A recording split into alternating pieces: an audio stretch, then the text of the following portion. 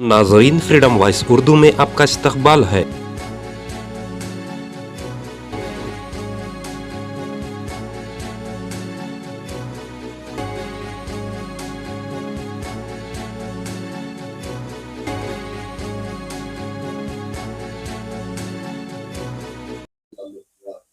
मैं हज़रत टिपू शहीद रहमतुल्लाह अलैह के 7वीं नस्ल से हूँ, from the 5th son of prince Yasin सुल्तान।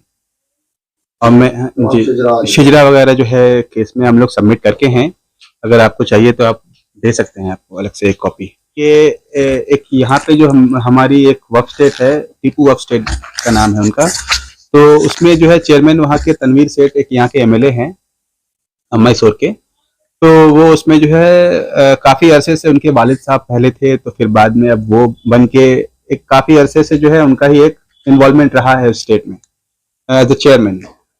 तो उनके तरफ से कुछ करप्शंस जो है हम लोगों ने नोटिफाई किया, हम लोगों ने रेक्टिफाई मतलब पकड़ा। तो उसके लिए जो है हम काफ़ी बार जो है उनसे मिलके हम लोग जो है उनकी वजाहत के लिए उनसे जो है हम लोग मिलके भी बात करने की कोशिश की है, लेकिन वो जो है कभी भी नहीं अवेलेबल नहीं रहे, कभी टाइम नहीं दिए, या बहुत वजह से जो है हम लोगों के साथ में ठीक से उनके साथ में अच्छा तालमेल बैठा नहीं।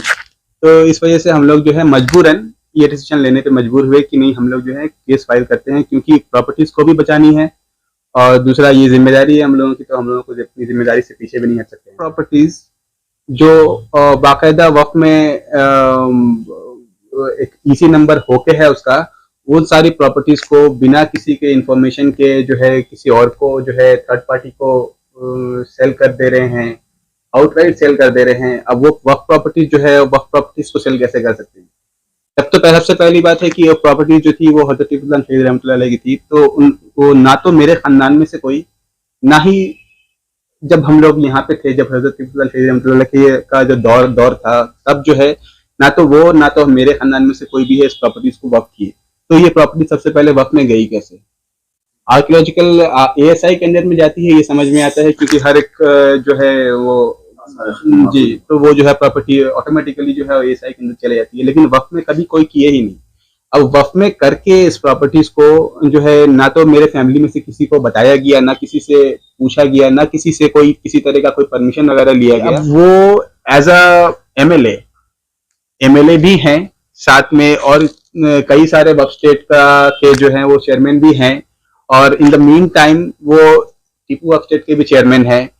तो ये एक साथ जो है इतने सारे वक्फ स्टेट का जो चेयरमैनशिप जो है, ये एक तो सबसे पहली तो ये तो है कानून के खिलाफ है, और दूसरी बात है अल्हम्दुलिल्लाह उनकी जो कमेटी है वो डिसॉल्व हो चुकी है, और दोबारा से वो कभी भी इस कमेटी में अब हम लोग जो है बर्दाश्त नहीं करेंगे उनको as a chairman.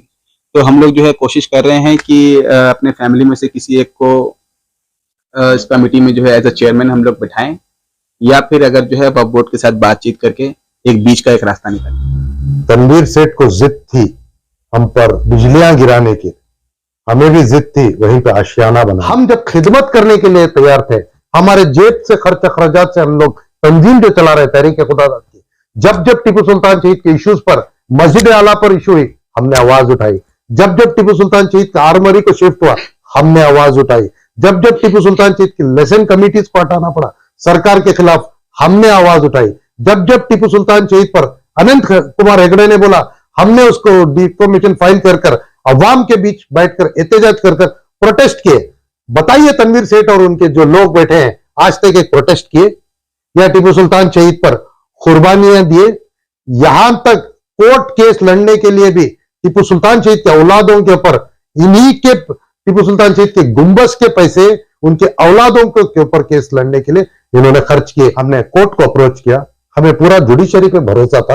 High court approach करने के बाद हाई कोर्ट ने 2 महीने मुकदमा चलाकर एक एंगल पर डायरेक्शन हमको यह दिया गया कि आप वक्फ ट्रिब्यूनल पर 4 महीने के अंदर जजमेंट लेकर आइए। अल्हम्दुलिल्लाह हमने ये केस फाइल किया था। तनवीर सेठ साहब एक बार से ज्यादा 5 बार चेयरमैन बन चुके हैं। इलीगल जो कमेटी बनी थी जिसमें एक चेयरमैन नहीं 2 चेयरमैन थे, वो भी इलीगल थे, और जितने स्टेट से मेंबर्स लेना था बस उनके चमचों को और उनके फॉलोअर्स को उन्होंने लिया था। अल्हम्दुलिल्लाह जज ने बड़ा अच्छा फैसला लिया, इस कमेटी को हमेशा के लिए डिस्क्वालीफाई कर दिया वक्फ बोर्ड को इसकी इंफॉर्मेशन आ चुकी है।